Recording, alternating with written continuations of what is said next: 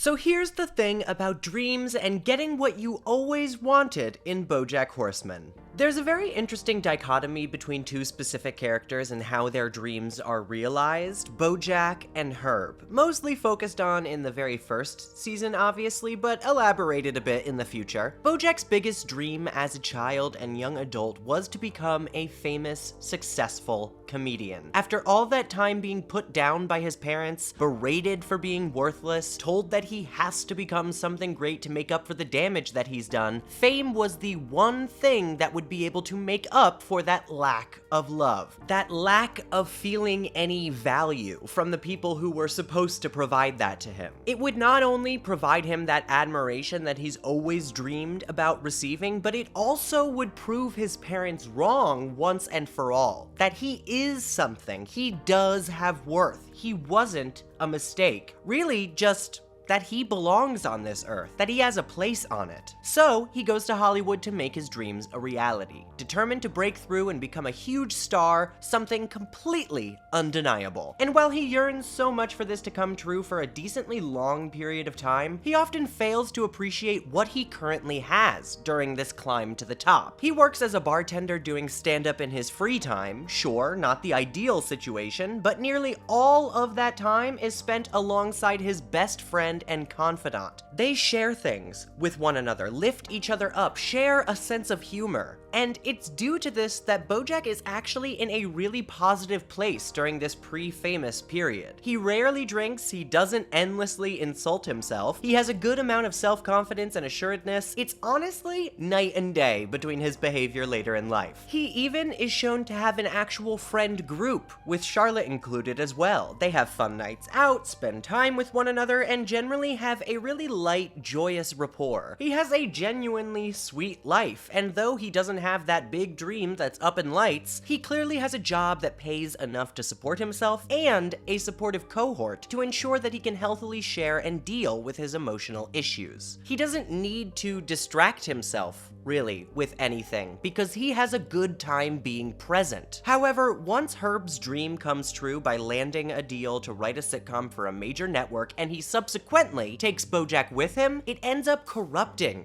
Bojack, actually taking him further backward on his path forward, causing his development to be stunted irreparably. Well, not irreparably, but for a really long time. I think Kelsey, Bojack's director for Secretariat, puts it best when she discusses the age of stagnation, how fame allows people an extreme degree of comfort with who they are right now. And while that isn't a terrible thing entirely, as we can all work to be less hatefully critical of ourselves, it can often lead to them not feeling much of a need to change or better themselves, even if it is entirely necessary for them. You are the last person to get that. I'm not gonna change. I don't need your help for changing. Bojack thought that this show would solve all of his problems, definitively prove his worth to himself, and ultimately carry him to a place where he didn't need to experience emotional hardships any longer, where he didn't need to do any work or put in any more effort, as he had endured enough as a child. However, none of it provides him the satisfaction that he thought it would. The cheers from the crowd don't end up doing all that much to assuage those intense feelings of self-hatred inside of him, especially since his mother and father, of course, still don't approve of him and his career choices, insisting that despite his level of success and fame, he still isn't doing anything important. It's vapid. It doesn't change hearts and minds. It isn't Ibsen. Well, it wasn't Ibsen. That's your takeaway?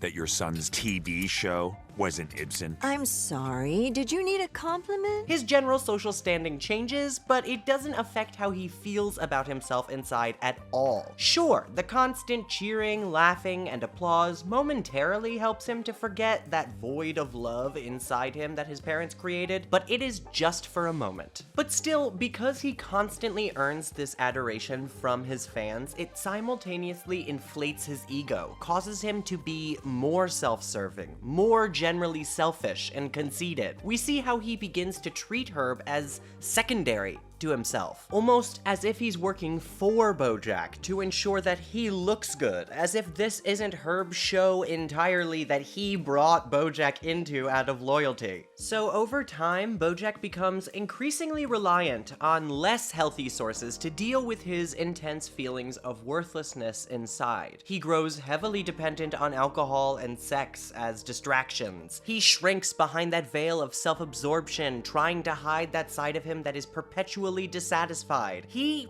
hates himself, despises who he is, and actually believes what his parents said about him to be true at the end of the day. That he is doomed to be awful and empty like they are, that they have created a monster, and he is never, ever going to be well adjusted. But actually facing that every day is pretty much impossible, so he lives in denial and covers it up by asserting how gorgeous he is, how thousands of people are obsessed with him, how he could get any woman in the world to sleep with him. And as he sinks further and further into this entirely vapid lifestyle, he loses his friends, his support group, and begins to spend most of his time alone, filling his days with activities that won't mean anything to him in the years to come. They really do a fantastic job showing how Bojack became the person that he was at the start of the series, and not only how much of it has to do with his parents, but also how much of an effect achieving his lifelong goals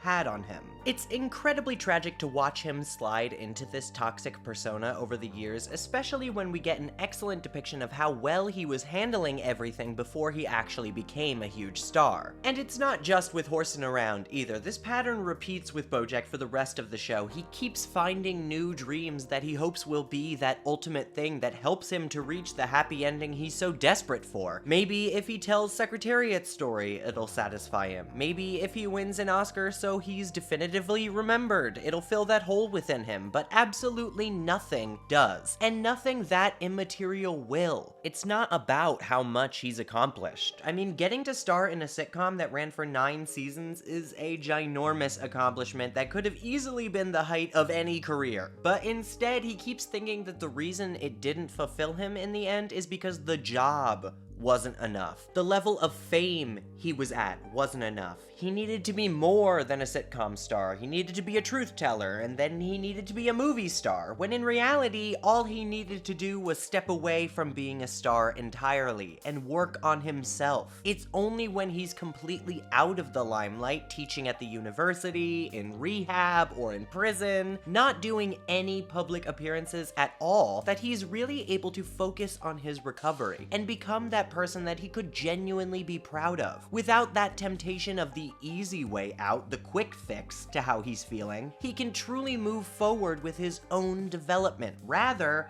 than his career's. Now, on the other hand, Herb also had his dream come true with Horsing Around, but unfortunately, at the height of its success, Bojack and the network conspired against him to get him fired, simply for the crime of being publicly gay. And you'd think that this total loss of everything Herb had worked for would utterly destroy him, would just put him out of commission for good, especially with him being smeared in the public eye. And sure, we do see that he's rather upset about it, at least immediately after it occurs. I mean, who wouldn't be? But we also get an abundant amount of context that Herb actually thoroughly enjoyed his life post-Horsing Around, post-Bojack. He states to Bojack himself that he had a good life, and that he genuinely was not ruined in any way by the company's firing and the public condemning of him. Despite the fact that he cannot forgive Bojack, which is entirely valid, he didn't hold on to this anger for the rest of his life. Letting go of that show that was actually making him miserable, eroding his relationship with the friend he cared about the most, allowed him to focus on what he actually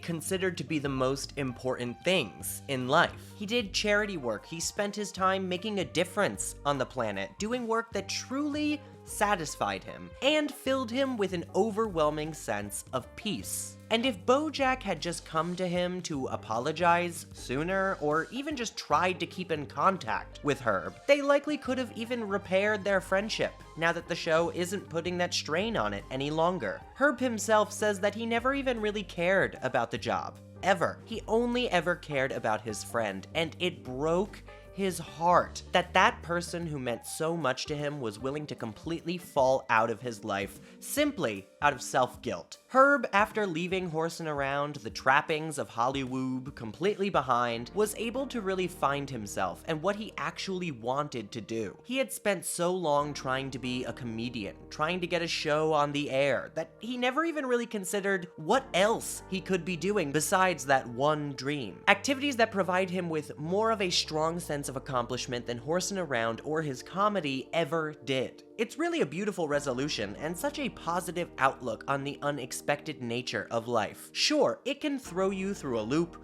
cause you pain, take what you've built away from you. But sometimes it can also give you something even better afterward. Something you never even contemplated having. Like I said at the start, it's a very stark dichotomy between these two, and rather depressing, especially considering that this conflict between their different outlooks never really gets resolved in the series, but it's one that carries a great deal of meaning along with it. It shows you how getting everything you wanted can result in losing everything you once had, and sometimes losing what you had can result in getting what you actually wanted. That even if you expect your life to be fixed by a certain development, a certain job, a certain goal, it's not going to be the end of the road for you. You still have to work on yourself. You still have to be cognizant of your negative behaviors and work to improve them, or you will only continue to feel empty at the end of the day. Stagnation for a human being is death. Achieving a dream is wonderful and beautiful and deserving of appreciation, but you can't declare it the end of your story, because whether you like it or not, your story is going to continue, and you might not like where it goes if you're so focused on the ending. There's always more show, as they say. I'd like to thank @CatVO for their suggestion of this video topic, a very interesting idea and one that I thoroughly enjoyed exploring. I love how many different perspectives you all provide me with, truly the best part of having a community to discuss this show, because I'm learning so much from you guys, honestly. So thank you so much for being here, watching, commenting, subscribing, but if you want to support the channel further, you can go to patreon.com/PosiTVty, that's PosiTVty. There you get all of the videos before they go on YouTube. You get to see the unedited versions of these essays, which have my mistakes or things that I choose to edit out because maybe I contradicted myself or something like that. But you get a bunch of extra content, and you can ask me directly what you want to see on the channel. I'm also open to chat at any time, and I appreciate you being on YouTube as well. Please like, comment, subscribe, do whatever you can, and I will see you for the next video. I hope until then you have a wonderful time. And if not, we'll get through it together. I promise you. Bye!